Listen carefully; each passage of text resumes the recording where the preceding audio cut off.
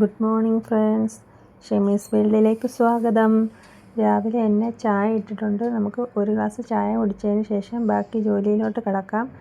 ഞാൻ ഇന്നലെ തന്നെ ഇഡലിക്ക് ആട്ടി വെച്ചിട്ടുണ്ടായിരുന്നു. അങ്ങനെ നമുക്ക് രാവിലെ ഇഡലി പുഴുങ്ങിയെടുക്കാം.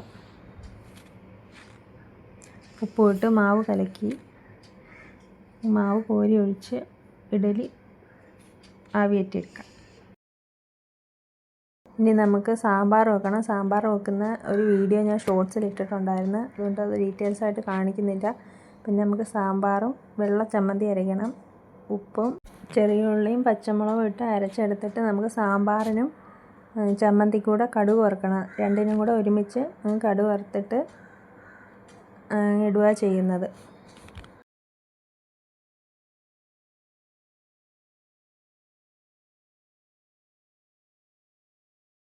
അപ്പോഴത്തേന് നമ്മുടെ ഇഡലിയൊക്കെ റെഡി ആയിട്ടുണ്ട്. നമുക്കിനി അത് ചൂടാറാൻ വേണ്ടി വെച്ചിട്ട് ചൂടാറിയതിന് ശേഷം നമുക്ക് കാസറോളിലോട്ട് തട്ടിയിടാം.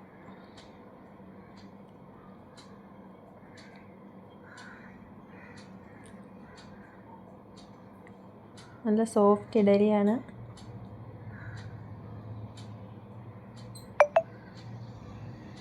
ചൂടാറുമ്പോൾ ഇത് നല്ലതായിട്ട് വിട്ട് വരുന്നതായിട്ട് നമുക്ക് കാണാം. നല്ല സോഫ്റ്റ് ഇഡലി.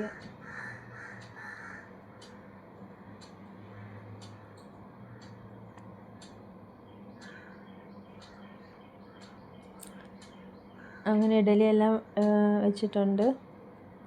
നമുക്കിനി കുറച്ച് ഇഡലിയും കൂടെ ഉണ്ടാക്കണം. എന്നിട്ട് ആ ഒരു തട്ടും കൂടെ വെച്ചിട്ടുണ്ട്.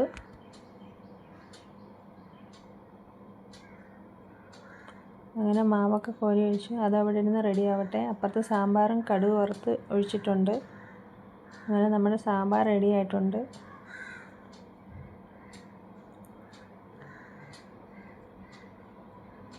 ഇനി നമുക്ക് കാപ്പി കുടിച്ചതിന് ശേഷം ബാക്കിയുള്ള ജോലികളിലോട്ടൊക്കെ പോവാം.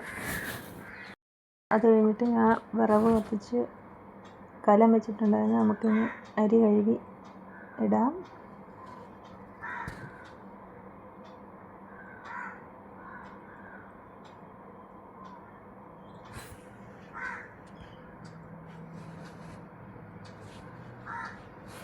നമുക്ക് ഇന്ന് കരിഞ്ചേമ്പിൻ്റെ താളുകറിയാണ്. പലർക്കും ഈ കറിയുടെ ഗുണങ്ങളും ഇതിൻ്റെ ടേസ്റ്റും ഒന്നും അറിയത്തില്ല. സാദാ ചേമ്പും കരിഞ്ചേമ്പും എല്ലാം ഒന്ന് തന്നെയാണെന്ന് തോന്നുന്നു ഗുണങ്ങളൊക്കെ. കരിഞ്ചേമ്പ് ഇച്ചിരിയും കൂടെ ഗുണം കാണുമായിരിക്കും. അതിന് വേണ്ട ഇൻഗ്രീഡിയൻസ് ഒക്കെ ഞാൻ എടുത്ത് വെച്ചിട്ടുണ്ട്. ഇച്ചിരി പുളി, ഉപ്പ്, മഞ്ഞൾപ്പൊടി, മുളക് പൊടി, മല്ലിപ്പൊടി. നമുക്ക് ആദ്യം ഇത് ഒന്ന് തിളപ്പിച്ച് അതിൻ്റെ വെള്ളം കളഞ്ഞതിന് ശേഷം മാത്രമേ നമുക്കിത് കറി വെക്കാൻ പറ്റത്തുള്ളൂ, അല്ലെങ്കിൽ ചൊറിയും കേട്ടോ. അങ്ങനെ അത് തിളപ്പിച്ച് അതിൻ്റെ വെള്ളമൊക്കെ ഊറ്റി കളഞ്ഞിട്ട് വെച്ചിട്ടുണ്ട്. നമുക്കിനി ആ പാനിലോട്ട് തന്നെ തേങ്ങ വറുത്തെടുക്കാം.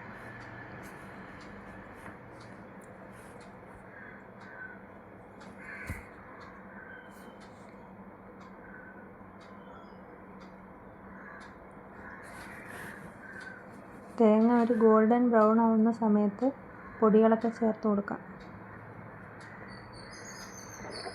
ഇനി ചട്ടി വെച്ച് എണ്ണ ഒഴിച്ച് കടുക് വറുത്തിട്ട് കറിവേപ്പിലയും ഉള്ളിയും ഇട്ട് കൊടുത്ത്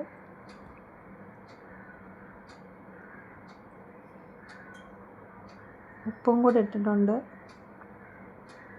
അതും കൂടെ ഇട്ട് പച്ചമുളകും തക്കാളിയും കൂടി ഇട്ട് ഒന്ന് വഴറ്റിയിട്ട് നമുക്ക് ഈ ഊറ്റി വെച്ചേക്കുന്ന കരിഞ്ചേമ്പിൻ്റെ തണ്ടിട്ട് കൊടുക്കാം. അതൊന്ന് അടച്ച് വെച്ചിട്ട് നമുക്ക് അരപ്പ് റെഡിയാക്കാം. എന്നിട്ട് ഇളക്കിയിട്ട് അരപ്പും കൂടെ ഒഴിച്ചു കൊടുത്ത് ആവശ്യത്തിന് വേകാൻ ആവശ്യമായിട്ടുള്ള വെള്ളവും കൂടെ ഒഴിച്ച് ചോറ് വെന്തതിലോട്ട്, ചോറ് വെന്തില്ല, ചോറ് ഇപ്പുറത്തെ അടുപ്പിലോട്ട് മാറ്റി വെച്ചിട്ട് കറി വെച്ച് ഇപ്പുറത്തെ ചോറിനോട്ട് ഈ തീ പോവും. അതുകൊണ്ട് പിന്നെ അത് അവിടെ ഇരുന്ന് ആയിക്കോളും. നമുക്ക് ചോറ് പെട്ടെന്ന് വേണ്ടല്ലോ. അങ്ങനെ നമുക്കിനി തോരന് ജീരകം, വെളുത്തുള്ളി, പച്ചമുളക് എല്ലാം കൂടി ഇട്ട് മിക്സ് ചെയ്യാം. കൂമ്പും ഒരു സവാളയും അരിഞ്ഞ് അരപ്പും കൂടെ ചേർത്ത് വെച്ചിട്ട് പയർ ഞാൻ സെപ്പറേറ്റ് വേവിച്ച് വെച്ചിട്ടുണ്ടായിരുന്നു. അങ്ങനെ അതും കൂടി ഇതിലോട്ട് തട്ടുമ്പോഴത്തേക്കിന് നമ്മുടെ കൂമ്പും പയറും തോരൻ അവിടെ റെഡിയായിക്കൊള്ളും.